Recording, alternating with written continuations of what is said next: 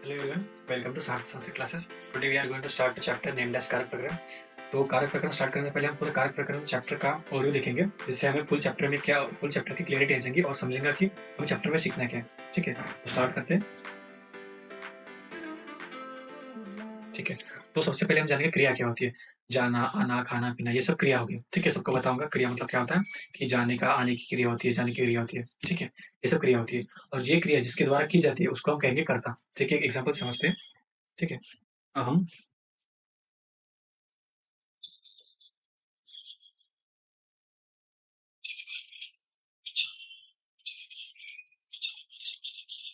अहम गृहम गच्छामि. ठीक है, तो अहम गृहम गच्छामि. ठीक है, यहाँ पे गच्छामि मतलब जाने की क्रिया हो रही है. ठीक है, गच्छामि मतलब जाने की क्रिया हो रही है, और ये क्रिया कौन कर रहा है. ये क्रिया कर रहा हूँ मैं, मतलब अहम. ठीक है, मतलब मैं हो गया यहाँ पे करता, अहम हो गया यहाँ पे करता, और गच्छामि मतलब जाने की क्रिया हो रही है. ठीक है, उसके बाद होगा गृहम. अभी गृहम मतलब क्या. ठीक है, गृहम हो जाएगा हमारा कर्म. अभी कर्म मतलब होता क्या है, तो डेफिनेशन समझेंगे.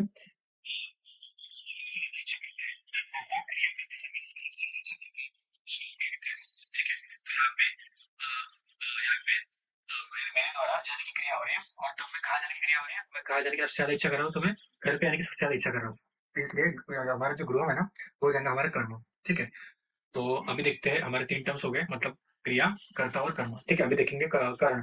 कारण मतलब होता है साधन. कोई कौन से भी कार्य करने के लिए हमें एक साधन की जरूरत पड़ती है, उसे हम कहते हैं कारण. ठीक है, उसे हम कहेंगे कारण. ठीक है, तो अभी एक एग्जांपल समझेंगे ये भी. इसी एग्जांपल कंटिन्यू करते हैं कि अहम अहम. ठीक है, इसे डालते हैं अहम जाने ना.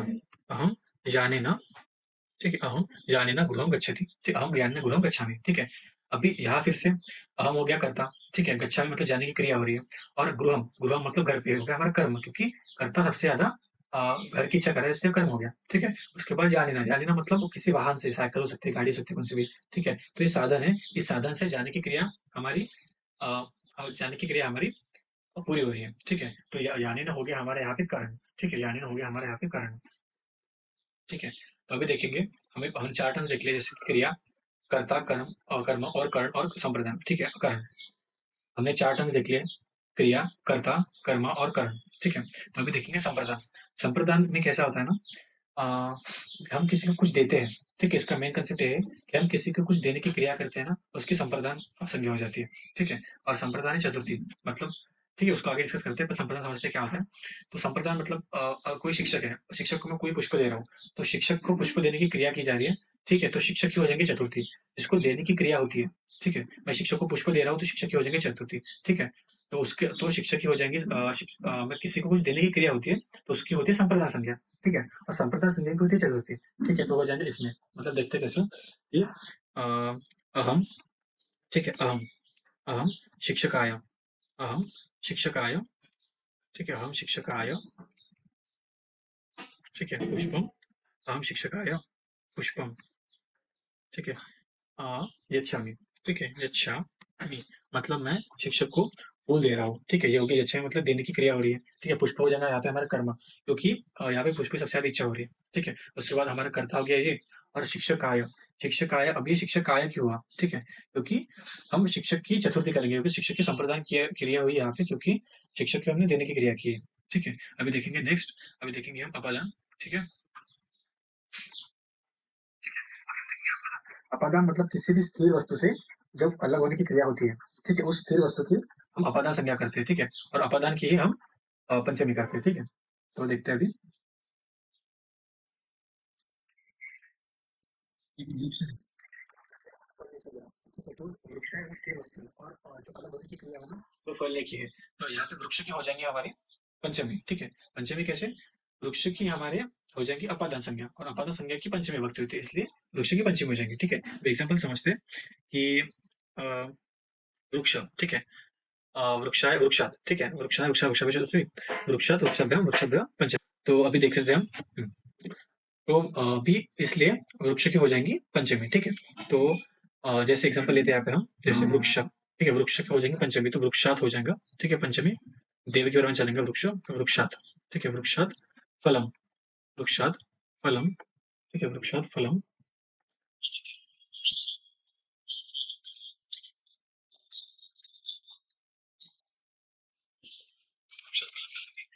वृक्ष है उसकी हो गई पंचमी, ठीक है, क्योंकि वो ध्रुव मतलब एक ध्रुव सब्जेक्ट है, मतलब ये एक स्थिर ऑब्जेक्ट है, उससे क्या फर्क है गिरने की क्रिया कर रहा है, ठीक है, इसलिए उसकी अपादान संज्ञा होगी, अपादान की पंचमी होती है, ठीक है। उसके बाद देखेंगे हम संबंध। संबंध मतलब षष्ठी में आता है, ठीक है। संबंध मतलब जैसे मेरी पुस्तक, ठीक है, राजा का सेवक, ठीक है, राजा का पुरुष, ठीक है, उसका एग्जाम्पल हो जाएगा, ठीक है। मतलब बहुत सारे इसमें टर्म आते हैं, जैसे कि मेरी पुस्तक कौन से मिला, मेरी पुस्तक, मेरा फोन, ठीक है, मेरा ये मेरा वो, जो इसका संबंध आता है ना, वो आ जाएगा इसमें, ठीक है, षष्ठी में। और उसके बाद देखेंगे अधिकरण, ठीक है।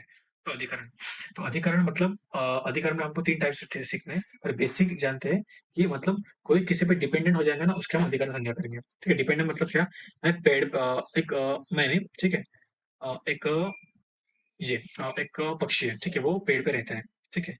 तो खग वृक्ष वृक्षे वसति, ठीक है। तो यहाँ पे वृक्ष का वृक्ष की सप्तमी विभक्ति होकर वृक्ष हो गया, क्योंकि उसकी अधिकरण संज्ञा हो गई और अधिकरण की सप्तमी विभक्ति होती है, ठीक है। तो खग है ना, वो पूरी तरह डिपेंडेंट है पेड़ पे, ठीक है, तो इसलिए उसकी हो गई इसलिए उसकी हो गई हमारी सप्तमी विभक्ति, ठीक है। तो ये हो गया हमारा ओवरव्यू ऑफ चैप्टर। इसके बाद हम चैप्टर स्टार्ट करने से पहले क्या और कुछ बेसिक टर्म जानेंगे जो हमारे चैप्टर में काम आएंगे, ठीक है। जैसे देव वन माला टेबल, ठीक है। तो ये देव वन और माला, देव ये पुल्लिंग है, माला स्त्रीलिंग है, और जो अपना वन है वो नपुंसकलिंगी शब्द है, ठीक है। इसका हमें पूरे चैप्टर में काम आएगा। और उसके बाद हमको ना क्या कुछ प्रत्यय, तीन प्रत्यय पढ़ना है, मतलब मी वाह मह सीता था तीता अंति, ये तो किसी भी धातु के पीछे लगता है। ये धातु अगर हमारा वस के ये धातु हो गया, और किसी भी धातु के पीछे ये प्रत्यय लगता है, और एक शब्द बनता है, ठीक है, और एक क्रियापद बनता है, ठीक है, शब्द नहीं बनता, क्रियापद बनता है, ठीक है। वसति मतलब रह, वो रह रहा है, ठीक है। तो ये सब टर्म समझेंगे, उसके बाद चैप्टर स्टार्ट करेंगे, क्योंकि ये समझने के बिना हम चैप्टर स्टार्ट कर नहीं सकते, ठीक है। हम बस बेसिक हम जस्ट इसको एक बार ऊपर से देख रहे हैं, इसका सेपरेट लेक्चर हम लेंगे। इसको हम जस्ट चैप्टर के लिए, चैप्टर को समझने के लिए ऊपर ऊपर से एक बार पढ़ रहे हैं, ठीक है। मतलब देव देवो देवा प्रथमा, ठीक है। मतलब देवा मतलब एक देव, दो देव और अनेक देव, ठीक है। देवम देवो देवान मतलब एक देव को, ठीक है, दो देव को, ठीक है, और अनेक देवों को, ठीक है। मतलब मराठी में देखेंगे तो एका देवाला दोन देवांना आणि अनेक देवांना, ठीक है। उसके बाद देवेना देवाभ्याम देवही, ठीक है। मतलब अ, एक देव से, ठीक है, एक देव के द्वारा, दो देव के द्वारा, अनेक देव के द्वारा, ठीक है। ये हो गया हमारा तृतीया में आ जाएगा। वैसे ही चतुर्थी पंचमी सबके अलग अलग करते हैं, ठीक है। जैसे चतुर्थी का हो जाएगा एक देव के लिए, दो देव के लिए, ठीक है, अनेक देव के लिए। पंचमी के लिए आ जाएगा एक देव से, अनेक देव से, ठीक है, एक देव से, दो देव से, अनेक देव से। और षष्ठी के लिए आ जाएगा मतलब एक देव का, ठीक है, दो देव का, अनेक देव का। मतलब देखा था नाम की एक देव की पुस्तक, ठीक है, दो देवों की पुस्तक, ठीक है, और तीन देव की पुस्तक, ठीक है, तीन देवों की पुस्तक जो भी होगा वो, ठीक है, तो उसमें आएगा। और सप्तमी में देखा देखा था हमने कि अधिक मतलब आधार रहता है, जैसे एक देव के ऊपर, दो देव के ऊपर, ठीक है, अनेक देव के ऊपर। तो ऐसे हमको चार्ट समझना है, इसका ये मीनिंग है एक्चुअली।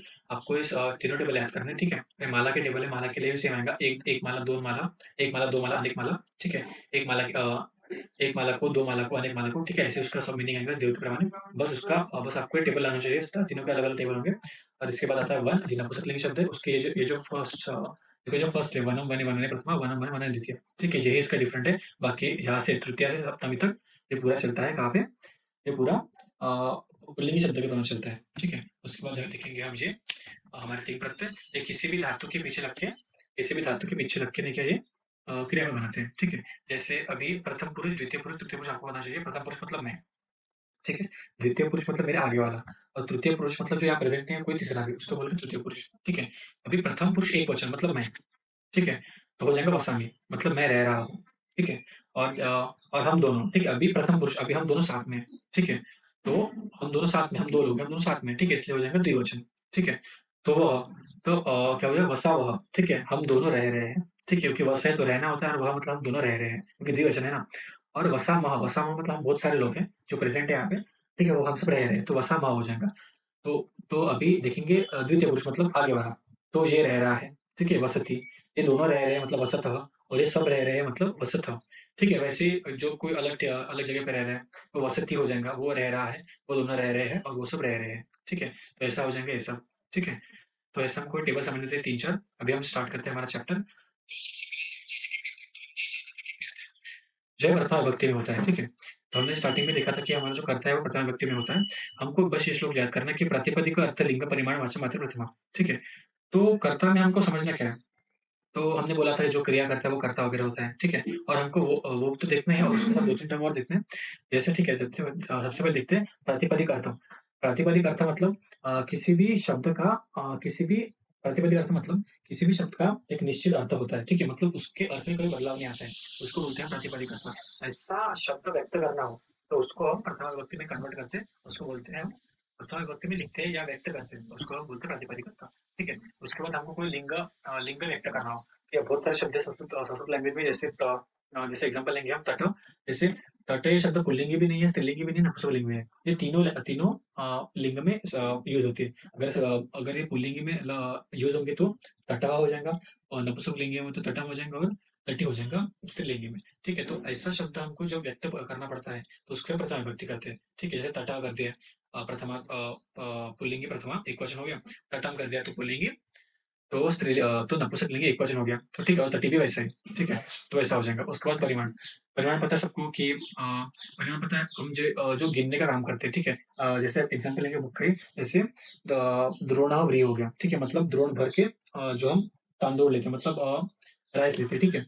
जो द्रोण भर के हम राइस लेते हैं, ठीक है? तो जो द्रोणा है उसके हमने प्रथमा विभक्ति की, तो प्रथमा विभक्ति परिमाण को व्यक्त करने के लिए हम उसकी प्रथमाविभक्ति करेंगे, ठीक है? उसके बाद आएंगे वचन। वचन मतलब यहाँ पे कहते हैं संख्या, ठीक है? वचन का मतलब यहाँ पे हमने संख्या का लिया है, ठीक है? संख्या मतलब एक दो बह वह, मतलब एक, अब एक है, दो बह, ठीक है? अभी उसके हम जब प्रथमा विभक्ति करेंगे ना तभी उसको व्यक्त कर सकेंगे, ठीक है? तो इसका था, ये सब था कि प्रातिपदिक अर्थ लिंग परिमाण वचन प्रथमा, इसको इसको यही था इस कर्ता कर्ता कारक में, ठीक है? एक बार देख लेते हैं एग्जांपल। जैसे प्रातिपदिक अर्थ मतलब क्या, नियत उपस्थिति को प्रातिपदिक अर्थ, इसका मतलब होता है नियत उपस्थिति को प्रातिपदिक अर्थ मतलब जिसका अर्थ निश्चित होता है, जिसका अर्थ निश्चित होता है, और जिसका अर्थ निश्चित होता है, और जिसके अर्थ में कोई भी चेंज नहीं आता, उसको हम बोलते हैं प्रातिपदिक अर्थ। तो नियत उपस्थित प्रातिपदिक अर्थ, एग्जांपल जैसे कृष्ण श्री ज्ञानम, ठीक है? ज्ञानम जैसे अपना नपुंसकलिंग एक वचन हो गया, कृष्ण श्री ये पुल्लिंग एक वचन हो गया, ठीक है? तो हमने उसकी प्रथमा विभक्ति की, क्योंकि उसको प्रथमा विभक्ति की हमने उसी, क्योंकि कर्ता कारक की उसका हमने, क्योंकि उसको हमको व्यक्त करना था, ठीक है? उसको हमको व्यक्त करना था, इसलिए हमने उसको प्रथमा, ठीक है? अभी अर्थवद धातु और प्रत्यय प्रातिपदिक, अभी देखते हैं कि प्रातिपदिक मतलब क्या, हमने प्रातिपदिक अर्थ समझ लिया। अभी देखते हैं हम प्रातिपदिक मतलब क्या। तो प्रातिपदिक मतलब जो धातु नहीं है, ठीक है? जो, एक सेकंड, ठीक है? प्रातिपदिक मतलब क्या होता है, अभी देखते हैं प्रातिपदिक, ठीक है? तो जो धातु नहीं है, ठीक है? जो धातु नहीं है, ठीक है? जो प्रत्यय भी नहीं है, ठीक है? जो धातु नहीं है और जो प्रत्यय भी नहीं है। अभी धातु मतलब क्या हमने देखा, अभी मी वह मह सीता था तीता थी, इसी प्रकार के, सॉरी सॉरी, मी वह मह सीता था तीते अंति जो देखा ना हमने, उसको बोलते प्रत्यय, ठीक है? तो ये हो गया हमारा प्रत्यय। और धातु मतलब वस, ठीक है? वस धातु, गम गच्छ धातु रहता है, ठीक है? भव धातु, भू धातु, ऐसे धातु हो गए। इस धातु को प्रत्यय बन के बनता है हमारा प्रत्यय, जो पीछे लग के बनता है हमारा क्रियापद, ठीक है? तो ठीक है, तो जो जो धातु भी नहीं है, ठीक है? जो प्रत्यय भी नहीं है, ऐसे शब्दों को हम कहेंगे प्रातिपदिक। जैसे ठीक है, जैसे एग्जांपल लेंगे रामो, ठीक है? और एग्जांपल एक लेंगे सेकंड, रामः, ठीक है? तो इन दोनों में से राम जो है वो हमारा हो जाएगा प्रातिपदिक, और रामा ये प्रातिपदिक नहीं होगा, क्योंकि राम शब्द बना कैसे, राम प्लस सु प्रत्यय लगा इसको, तो ये रामा हो गया, ठीक है? तो ये प्रातिपदिक नहीं है, क्योंकि उसको हमने सुप्रत्यय लगा दिया, और कंडीशन क्या है कि प्रत्यय होना नहीं चाहिए, धातु होना नहीं चाहिए, ठीक है? बस शब्द होना चाहिए, और ये शब्द अर्थपूर्ण हो चाहिए, ठीक है? आप लिखा ना कि अर्थ और धातु प्रत्यय है, ठीक है? मतलब जो अर्थपूर्ण है, धातु भी नहीं है, प्रत्यय भी नहीं है, उसको हम बोलेंगे प्रातिपदिक, ठीक है? ये हो गया। उसके बाद देखेंगे हम जो अभी अभी हमने देखा कि लिंग मात्र अधिके तटम तटी तटम, ठीक है? वही हो गया कि किसी भी शब्द के हमको लिंग व्यक्त करना हो तो उसको प्रथमा विभक्ति करेंगे, ठीक है? उसके बाद देखेंगे परिमाण। परिमाण मात्र द्रोणोवरी, ठीक है? मतलब किसी भी चीज के हमको परिमाण मतलब मात्रा व्यक्त करनी हो तो उसकी हम प्रथमा विभक्ति करेंगे, मतलब द्रोणोवरी मतलब द्रोण भर के राइस, ठीक है? तो उसके बाद देखेंगे वचन। वचन मतलब संख्या, एक दो इसको व्यक्त करने के लिए हमने उसकी प्रथमा विभक्ति कर दी, ठीक है? उसके बाद है संबोधन। तो संबोधन, हाँ, तो संबोधन रहता है ना, तो सप्तमी के बाद आता है संबोधन। तो कारक में संबोधन को ही नहीं क्या प्रथमा विभक्ति में कंसिडर किया, ठीक है? जैसे नहीं क्या, हे राम, ठीक है? एग्जाम्पल लेंगे कि जैसे हे राम, ये सब जो हो जाएगा, ये सब जो हो जाएंगे हे राम वगैरह, ठीक है? ये सब हो जाएगा हमारा प्रथमा विभक्ति में, हे राम, हे वन, हे माला, ठीक है? ये संबोधन है, और ये संबोधन ही हमको प्रथमा विभक्ति कंसिडर करना है। ऊपर देखते हैं एक बार, जैसे एग्जाम्पल हमारे वाला, ठीक है? यहाँ पे दिखाऊंगा संबोधन, ठीक है? ए वन, ए वन ए, ए वनानी संबोधन, ठीक है? तो ये जो है ये संबोधन है ना, उसको हम कंसिडर कहते हैं, यहाँ पे कंसिडर हम प्रथमा करते हैं, ठीक है? तो अभी देखते हैं बाकी का, आगे बढ़ते हैं। तो हमारी कारक तो हमारा यहाँ पे कर्ता खत्म हो गया है, ठीक है? अभी देखते हैं हम कर्म। ठीक है, कर्म कारक देखेंगे। तो हमने स्टार्टिंग में देखा था ओवरव्यू में कि कर्ता जिसकी सबसे ज्यादा इच्छा करता है उसको हम कहेंगे कर्म। ठीक है, हमने एग्जाम्पल भी देखा था, सेम एग्जाम्पल यहाँ पे लेंगे हम कि अहम। ठीक है, अहम। ठीक है, अहम गृहम। ठीक है, अहम गृहम गच्छामि। ठीक है, अहम गृहम गच्छामि। यहाँ पे मतलब करता हो गया मैं। ठीक है, और जाने की मैं क्रिया कर रहा हूँ। और यहाँ पे जाने की जो क्रिया करते समय सबसे ज्यादा इच्छा कर रहा हूँ वो है घर की, मतलब गृह की। ठीक है, इसलिए उस गृह की इस गृह का कर्म कारक हो गया। ठीक है, और कर्म कारक का क्या होता है? कर्मणि द्वितीया। मतलब ये इस गृह का हो गया कर्म कारक। ठीक है, और कर्म कारक का होता है द्वितीय। ठीक है, ठीक है, इसलिए हमारी गृह है द्वितीय में आ गया। ठीक है, अभी हमने देखा था स्टार्टिंग में कि वनम वने वनाने प्रथमा, वनम वने वनाने द्वितीय। वैसे गृहम गृहे गृहाणि प्रथमा, गृहम गृहे गृहाणि द्वितीय। तो द्वितीय द्वितीय पुरुष एक वचन। ठीक है, सॉरी, द्वितीय विभक्ति एक वचन आगे होगा। ठीक है, क्योंकि कर्म कारक जो है ना वो हमारा रहता है द्वितीय विभक्ति में। ठीक है, हमारा कर्म कारक है ना वो रहता है हमारा द्वितीय विभक्ति में। तो अभी देखते हैं। ठीक है, अभी ये हो गया कि हमारे कर्तव्य जिसकी सबसे ज्यादा इच्छा करते हैं उसे कर्म कहते हैं, ये हो गया। उसके बाद नहीं क्या कर्म की द्वितीय होती है, हमने देख लिया। उसके बाद देखेंगे कि अनुक्त कर्मणि द्वितीय।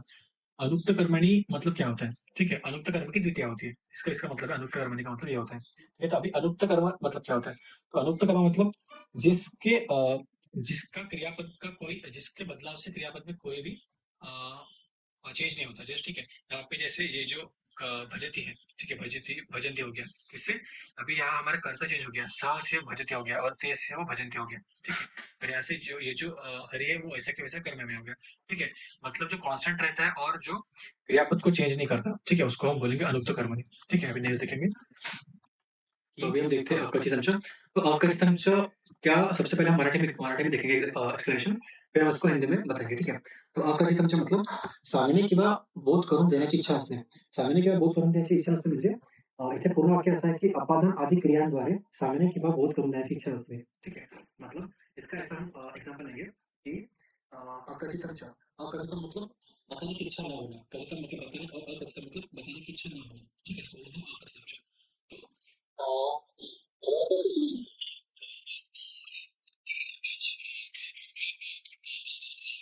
कि इस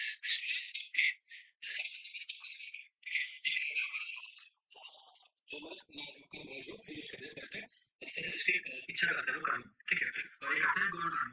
तो इनके लिए आता है। ठीक है, इस सूत्र तो रिलेटेड हो पाएगा गौण कर्म मतलब इनके रिलेटेड दो कर्म आएंगे, एक सादा कर्म आएगा वो अपना, और एक आएगा गौण कर्म। तो गौण कर्म मतलब क्या? गौण कर्म ऐसा कर्म है, मतलब इन धातुओं के संबंध में एक शब्द आएगा, उसकी विभक्ति कुछ और होनी चाहिए पर वो होती है द्वितीय में, क्योंकि इन धातुओं के रिलेटेड है वो। ठीक है, तो अभी समझेंगे जैसे एग्जांपल से। जैसे हमारा एग्जांपल है, ठीक है, सह। जैसे हमारा एग्जांपल है, ठीक है, तो ये हमारा एग्जांपल हो गया यहाँ पे। सह सह गर्गान शतम दंडयति। ठीक है, सह कौन है? सह मतलब वो, दंडयति वो दंड दे रहा है। क्या किसका? अभी यहाँ पे दो शब्द है, गर्गान शतम। अभी शतम यहाँ पे हो गया हमारा मूल कर्म। क्यों मूल कर्म हो गया? क्योंकि वो 100 रुपए की सबसे ज्यादा इच्छा कर रहा है, इसलिए यहाँ पे हमारा मूल कर्म हो गया शतम। और गर्गान, गर्गान मतलब वो गर्ग को। ठीक है, गर्ग को मराठी में गर्गान हो जाएगा और हिंदी में गर्ग को। ठीक है, तो गर्ग को वो ठीक है, तो हो जाएगी हमारा गौण कर्म। शतम हो गया हमारा मेन कर्म और गर्गन हो जाएगा हमारा गौण कर्म। अभी अगर यहाँ पे दंडयति ना होता और उन 16 धातुओं, तो वो 16 धातु छोड़ के कोई और धातु होता। ठीक है, तो ये जो गर्गन जो हमारा गौण कर्म है वो द्वितीय में न होते, पंचम में होता, षष्ठी में होता, सप्तम में होता। ठीक है, किसी भी रूप में रह सकता है। पर अभी इन 16 धातुओं के जो 16 धातु, जैसे पचती हो गया। ठीक है, और बाकी सब याचते हो गया। ठीक है, ऐसे 16 धातु जो आपके पास है, इन 16 धातुओं के संबंध में हमको गौण कर्म यूज करना है। ठीक है, मतलब अकथित अंश उसका मीनिंग वही है कि जो बताने की इच्छा ना हो ऐसे शब्द की द्वितीय कर्म होगा। ठीक है, द्वितीय विभक्ति होंगी। ठीक है, वैसे और एग्जांपल देंगे, जैसे सह सह मानवकम पंथान पृच्छति। ठीक है, सह मानवकम पंथान पृच्छति। सह मतलब हमारा कर्ता हो गया, पृच्छति मतलब वो पूछ रहा है। ठीक है, और अभी तो है मानवकम पंथानम। तो यहाँ पे जो पंथानम है वो हमारा मेन कर्म है, क्योंकि पूछने की वो इच्छा कर रहे हैं। ठीक है, कर्म पंथान होकर मेन कर्म। और मानवकम, मानवकम हो गया हमारा गौण कर्म। अभी अगर समझो यहाँ पे पृच्छति ना होता और 16 धातु छोड़ के कोई और धातु होता, तो मानवकम हो जाता। मानवकम मतलब मानव काला, मराठी में हो गया मानव काला, तो तृतीय हो जाती इसकी। पर अभी ये धातु है 16 धातु में से एक, इसलिए इसका गौण कर्म हो गया और वो द्वितीय विभक्ति में आ गया। ठीक है, ऐसे सभी एग्जाम्पल है, जैसे वो सह वृक्षम अवचिनोति फलानी वगैरह। ठीक है, और बाकी भी एग्जाम्पल, ये 16 एग्जाम्पल अपने पास। ठीक है, वो सभी एग्जाम्पल सेम ही है। एक में एक अपना मेन कर्म रहेगा और एक में गौण कर्म रहेगा। ठीक है, तो अब तक क्या दिखता है, फिर आगे बढ़ते हैं।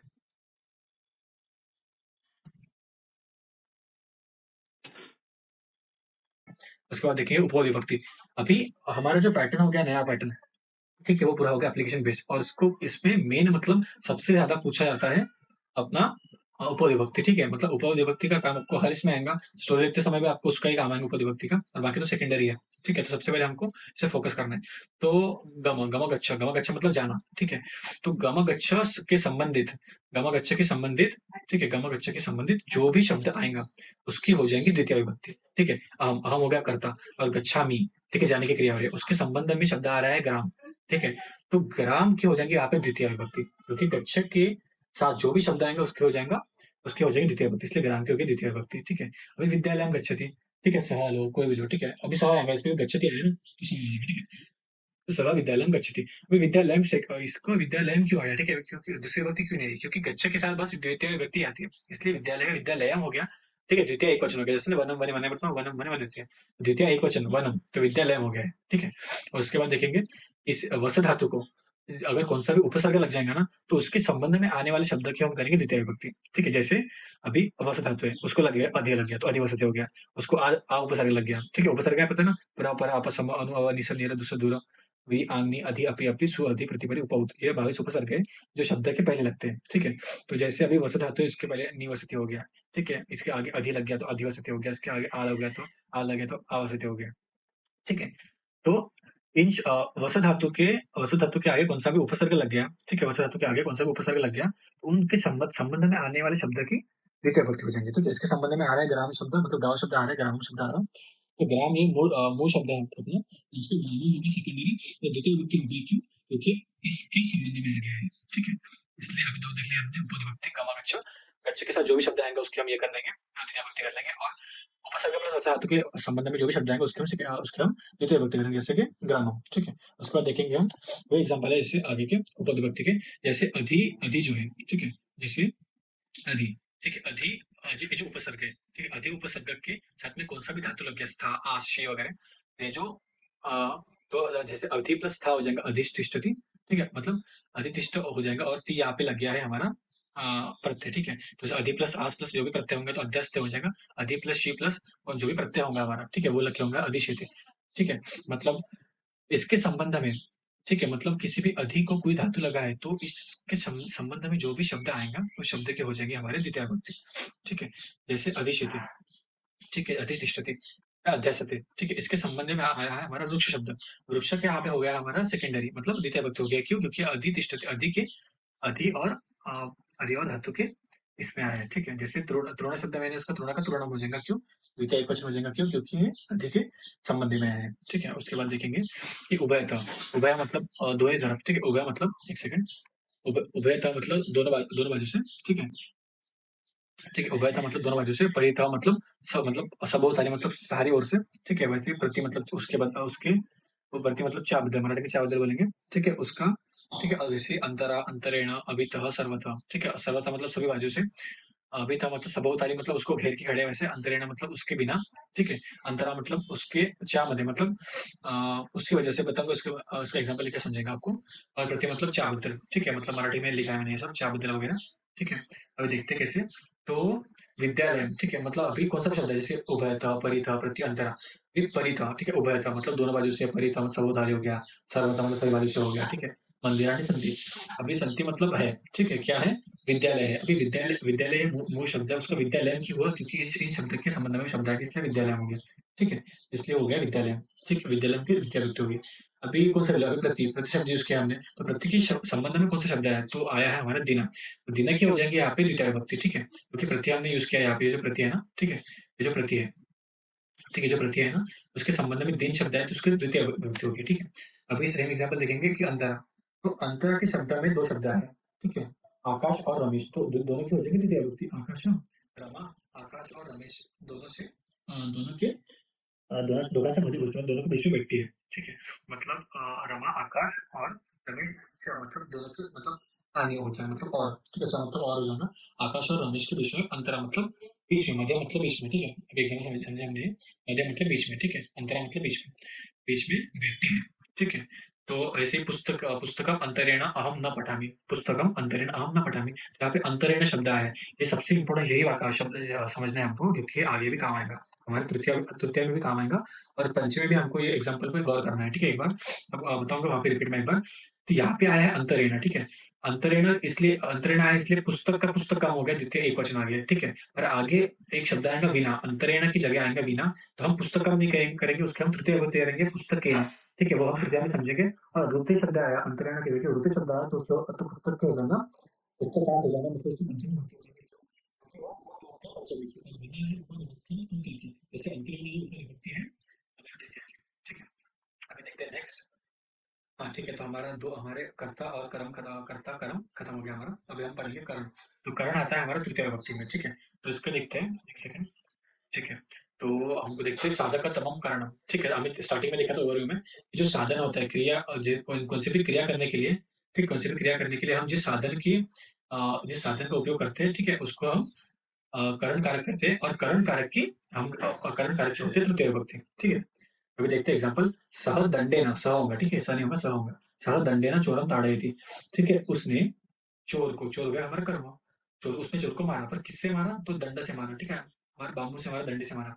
दंड हो गया हमारा करण कारक, और करण कारक की तृतीय विभक्ति होती है, इसलिए दंडे ना हो गया। हमने आगे हमने दंड शब्द है ना, तो देव देव के समझ चले, जैसे देवा देवो देवा ब्रह्मा देवम देवो देवन, तो देवे न, वैसे दंडे ना हो गया तृतीया विभक्ति एक वचन, ठीक है। अभी देखते हैं नेक्स्ट। तो अभी देखते हैं कि कर्तु करण तृतीया, ठीक है।